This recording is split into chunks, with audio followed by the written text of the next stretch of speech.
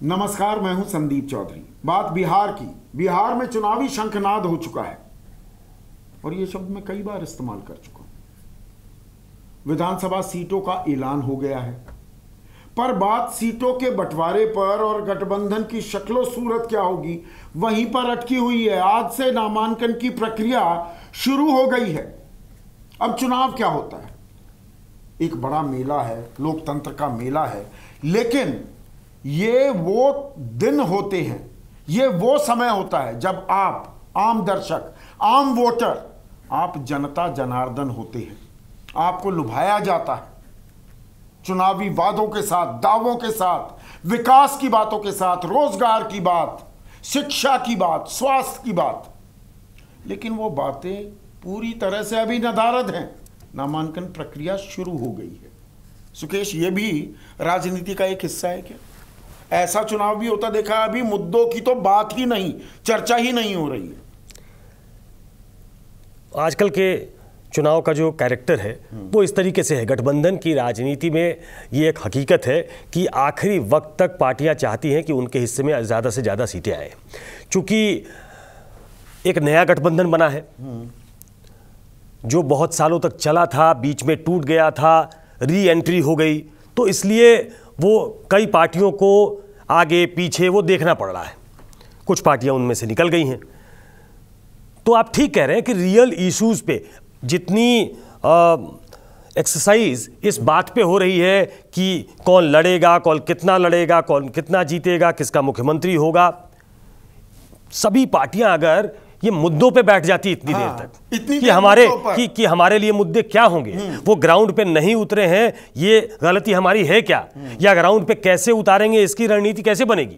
पार्टियां कहेंगी कि ये भी हम बनाते हैं। नीतीश कुमार कहेंगे कि 7 निश्चय हमने बनाया था, लेकिन 7 निश्चय को एक दिल पे हाथ रख के अगर वो खुद ही निर्धारित करना शुरू करें तो क्या वो सभी जमीन पे उतर गए? जैसा नीतीश कुमार चाहते थे वैसा हो गया क्या? जैसा गठबंधन का वादा था वैसा हो गया क्या? कोई भी पार्टी इस समय चुनाव के पहले, चुनाव के पूर्व जो भी एक्सरसाइज करती है, जितना अपने लिए करती है, अपनी ग्राउंड को बचाने के लिए करती है, हमको कम से कम कंसीड करना पड़े इसके लिए करती है, इतनी मेहनत या मुझे लगता है इतना ध्यान, इतना अटेंशन अगर वो जनता के मुद्दों पे करते तो शायद एक पॉजिटिव रिजल्ट उससे निकल सकता था। ये बात आप सही कह रहे हैं कि आज से नामांकन शुरू हो गया और किसी को मालूम नहीं है कि कौन क्या शेप ले रहा है गठबंधन। हमारे सीट पे विचारधारा क्या है, सोच क्या है बिहार के लिए, वो कोई common minimum programme. Chirag Paswan क्या कह रहे हैं? कॉमन मिनिमम प्रोग्राम होना चाहिए। आप सत्ता पक्ष में नीतीश कॉमन मिनिमम प्रोग्राम की बात नहीं कर रहे हैं। उधर आप आरजेडी, कांग्रेस, अब उसमें लेफ्ट भी आ गई, तो भाई आपका कोई एक साझा विचारधारा तो होगी, आपकी एक विजन तो होगी कि बिहार के लिए हम ये करेंगे जो अब तक नहीं हुआ है। नहीं, विचारधारा की बात तो छोड़ दीजिए। पॉलिटिकल कन्वीनियंस विचारधारा है। आप 2015 में देख रहे हैं मांझी, रालोसपा ये एनडीए गठबंधन में थे, वो बाद में यूपीए गठबंधन में चले गए। अब 2019 में यूपीए गठबंधन के साथ लड़े, 2020 में वो दोनों बाहर आ गए। उनमें से एक फिर से एनडीए गठबंधन में, मांझी एनडीए गठबंधन में आ गए। रालोसपा नॉक करते रहे, उनको जगह नहीं मिली तो उन्होंने एक अलग खेमा बना लिया, अलग गठबंधन बना लिया। तो ये पॉलिटिकल कन्वीनियंस है और ये तो छोटी पार्टियां हैं। नीतीश कुमार आरजेडी के साथ चुनाव लड़े, ये 7 निश्चय आरजेडी के कार्यक्रम का हिस्सा था जब वो मुख्यमंत्री उस गठबंधन के थे, लेकिन 2017 में गठबंधन टूट गया आरजेडी और उनका, वो बीजेपी के साथ चले आए। तो ये पॉलिटिकल कन्वीनियंस है, इसलिए विचारधारा को अलग रख दीजिए, कुछ समय के लिए उसको ताक पे रखिए, आगे बढ़िए कि भाई विचारधारा तो ठीक है, एक कमिटमेंट तो होगी, जनता के लिए कमिटमेंट होना चाहिए किसी पार्टी का, और वो कमिटमेंट जो है वो पहला और सबसे प्रमुख ये होना चाहिए कि जनता को हमने ये कमिट किया हुआ है, ये करके देंगे। मुझे लगता है कि उस पे किसी भी दल का, और शायद जनता भी उनको आदत हो गई, और ये नॉर्मल टाइम्स नहीं है सुकेश, ये सामान्य परिस्थिति में चुनाव नहीं हो रहा है। बिहार का चुनाव कोविड काल में, संक्रमण, संकट, आपदा काल में पूरी दुनिया में पहला चुनाव है। बड़ा चुनाव, पहला बड़ा चुनाव। अब वो राज्यसभा और उनको छोड़ दो, पहला बड़ा चुनाव बिहार में हो रहा है, तो मुद्दों की तो भरमार है। कोरोना को लेकर आपकी सोच क्या है? ये भूत अभी पीछा नहीं छोड़ने वाला है। बेरोजगारी का आलम, अर्थव्यवस्था का पहिया रुका हुआ है, बाढ़ की समस्या है। ऐसा भी नहीं है कि सामान्य स्थिति में कई बार ऐसा होता है कि भाई मुद्दे नहीं है, अभी चुनाव आ गए पर सब कुछ एक नॉर्मल, एक सामान्य प्रक्रिया में वो राज्य या वो प्रदेश या वो देश आगे चल रहा है। यहां तो मुद्दों की भरमार है पर चुप्पी है मुद्दों पर। देखिए, यूज्ड टू हो गए लोग। बाढ़ वहां की एक नॉर्मल समस्या है, हमने आपने वो बाढ़ कवर किया है। ये हर साल बाढ़ आती है, क्या इसका कोई परमानेंट इंतजाम नहीं हो सकता? भारी मात्रा में वो जनजीवन को प्रभावित करती है, भारी संख्या में लोग इधर से उधर होते हैं, बहुत नुकसान होता है, सालों से ये होता रहा है, अभिशप्त है लोग, उनको आदत सी पड़ गई। कोरोना भी होते हैं, बीमार भी होते हैं, अस्पताल में देखिए पर बिल्कुल। मैं एक एक करके आ रहा था, कोरोना देख लीजिए, अब 6 महीने से हम इसका दंश झेल रहे हैं, धीरे धीरे यूज्ड टू हो गए। आम जनता भी मास्क उतर गया उनका, उनके लिए कोरोना कोई चीज नहीं है। उनके लिए अब चुनाव आ गया है, वो सब चुनाव में लगेंगे अधिकतर लोग, उनके लिए कोरोना वो डेडली चीज नहीं रही, अब यूज्ड टू हो गए। नौकरियां जा रही हैं, पहले से कम थी, वहां नहीं थी, जिनकी थी वो बाहर थी, वो लौट गए, वो दोबारा काम पे लौटे भी हैं तो उनको मिल कम रहे हैं पैसे। कोई 20,000 कमाने वाला था, उसको 5,000 मिल रहा है। पहले वो कंट्रीब्यूट करता था, वो बिहार की जीडीपी में कंट्रीब्यूट करता था, लेकिन आज की तारीख में वो नहीं कर रहा है। लेकिन वो उसको मुद्दा नहीं समझता, उसको मुद्दा बनाता भी नहीं। पॉलिटिकल पार्टीज भी बहुत लेट से जगती हैं मुद्दा बनाने के लिए, क्योंकि वो जो ग्राउंड पे आपको मेहनत करनी पड़ेगी, एक्सरसाइज करनी पड़ेगी, शायद उससे एक रिलक्टेंस है लोगों में, या उनको लगता है कि ये वोट फेचिंग एक्सरसाइज नहीं है, लोग इस पे वोट नहीं करेंगे, वोट किसी और मुद्दे पे करेंगे। बहुत सारे इश्यूज हैं, नौकरी इशू है, शिक्षा इशू है, स्वास्थ्य इशू है। मैं हर प्रोग्राम में कह रहा हूं कि क्या हम ये डिमांड नहीं कर सकते? क्या ये अन्यथा डिमांड है कि 3 साल का ग्रेजुएशन 3 साल में करा जी? इससे ज्यादा बुनियादी हक हमारा और क्या हो सकता है? हम बीमार पड़ जाए तो सरकारी अस्पताल ऐसा हो कि मोटे तौर पे हमारा इलाज कर दे। कहेंगे नहीं, मोटे तौर पे होता है, आप अपनी बात कर रहे हो, ऐसा नहीं है कि इलाज नहीं होता। कोई चला जाए सदर अस्पताल में, कोई चला जाए वहां के, अगर वहां कोई मेडिकल कॉलेज है, वहां जब चमकी बुखार से बच्चे मर जा रहे हैं, हमने ये दृश्य टेलीविजन पे देखे हैं, अखबारों में खबरें पढ़ी हैं, तो क्या उसको ठीक नहीं किया जा सकता है? आप पहले की तुलना में उसको दिखाएंगे कि पहले तो अस्पताल नहीं थे जी, हमने ठीक कर दिया। 15 सालों में मतलब आसमान छू सकते हैं आप, अगर कमिटमेंट है, डिटर्मिनेशन है और एक विजन है। लेकिन ये रियल इश्यूज जो है वो प्ले में आ नहीं। और उसमें भी होता क्या है कि चुनाव आजकल क्या जुमलों पर सिमट गए हैं। अब नीतीश कुमार कहते हैं कि नीतीश है तो संभव है, मोदी है तो मुमकिन है, नीतीश है तो संभव है। उधर तेजस्वी क्या कहते हैं? युवा सोच। अरे भाई, ये जुमला है ना। रामविलास पासवान के सुपुत्र राष्ट्रीय अध्यक्ष एलजेपी के कहते हैं बिहार फर्स्ट, बिहारी फर्स्ट।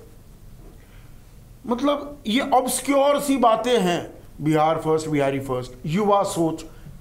अरे टेबल पे बताइए ना कि आप क्या देंगे, हम आएंगे, हम आपके लिए ये करने वाले हैं, ये बताते नहीं है। एक ये लॉफ्टी आइडियाज जो है ये पिछले कुछ सालों में बड़ी प्रेवलेंट हो गई हैं। उन्हें ये लगने लगा है पॉलिटिकल पार्टीज को और इन नेताओं को कि एक ऐसी चीज परोसते हैं जनता के सामने जो उनको लगे कि अरे वाह, ये तो कमाल का आइडिया है। आपने उस पर माइंड अप्लाई किया है कि नहीं, एक्सरसाइज किया है कि नहीं, वो संभव है कि नहीं, उसकी प्रैक्टिकलिटी में नहीं जाते लोग। वो आम जनता को छूना चाहिए, उन्हें लगना चाहिए कि आइडिया नया है, ये विजन नया है, हम आत्मनिर्भर बनेंगे। आत्मनिर्भर बिहार, अब आप बिहार आत्मनिर्भर बनने के इस पे है। आप दूसरी तरफ ये कोई नहीं बताएगा। नहीं, आत्मनिर्भर कैसे होंगे, आत्मनिर्भर बनने के लिए क्या होना चाहिए, उसके कंपोनेंट्स क्या क्या हैं, उस पर चर्चा नहीं होगी। एक स्लोगन है आत्मनिर्भर भारत, आत्मनिर्भर बिहार, तो आप उसमें लग जाइए कि आत्मनिर्भर होना पड़ेगा। आपका भी मतलब कुछ ड्यूटी बनती है स्टेट के प्रति, आत्मनिर्भर होना सीखिए ना। पहली बात यह है कि पॉलिटिकल पार्टियां तो इसको सीरियसली लेती ही नहीं है। नहीं, इससे ये भी लगता है ना वो कितना गंभीर है घोषणा पत्र को लेकर। उसको और आगे बढ़ाइए। हाँ।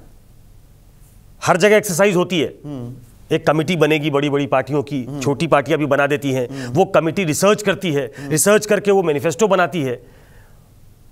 वो मैनिफेस्टो पब्लिक लास्ट में होता है, पब्लिक पढ़ती भी नहीं है। हाँ। ये हमारी भी दिक्कत है। हाँ। मैं बार बार आजकल एक शाम में आपको भी कहूंगा, शाम में एक प्रोग्राम 5:45 बजे बैठूंगा, आप सामने सवाल पूछ सकते हैं, सुकेश से पूछिए। मैं हर बार ये कहता हूं संदीप कि मुद्दों पे लाइए ना। हाँ। हमारा काम है मुद्दों पे लाना। 18 साल की उम्र में अगर आप वोट दे सकते हैं, अगर आपको ये राइट मिला है, तो आपकी ये ड्यूटी भी बनती है कि पॉलिटिकल पार्टी को ड्रैग करके मुद्दों पर लाइए, रियल इश्यूज पे करिए। नारे नहीं चाहिए, जुमले नहीं चाहिए। अब दिक्कत ये है कि हम भी उस ट्रैप में आते हैं। हाँ। हमें मैनिफेस्टो पढ़ना नहीं, हम भी नहीं पढ़ते। हाँ, बिल्कुल। जर्नलिस्ट भी अगर पूछा जाए कि 2015 में जेडीयू आरजेडी ने जो अपने मैनिफेस्टो में कहा था वो पूरा किया कि नहीं, तो हमें भी रिसर्च करके निकालना पड़ेगा। जेडीयू वालों को भी रिसर्च करना पड़ेगा। ये मतलब ये मिलीजुली कबड्डी हो रही है। मैं तो उनके बारे में कह रहा हूं, में बात ही नहीं करता कोई।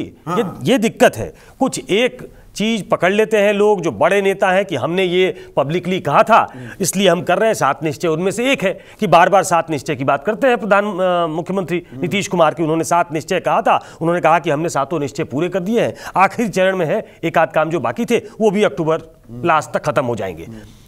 लेकिन एक डिटेल्ड एक विजन होना चाहिए, शिक्षा को लेके, स्वास्थ्य को लेके, बुनियादी सुविधाओं को लेके, पता हो कि वो किस चीज के लिए वोट कर रहे हैं। अब ये समस्या है, ये जात पात के समीकरण और अलग अलग कॉम्बिनेशन परम्यूटेशन बनाने में ही ज्यादा वक्त चला जाता है। ये अवेयरनेस लोगों में जरूरी है।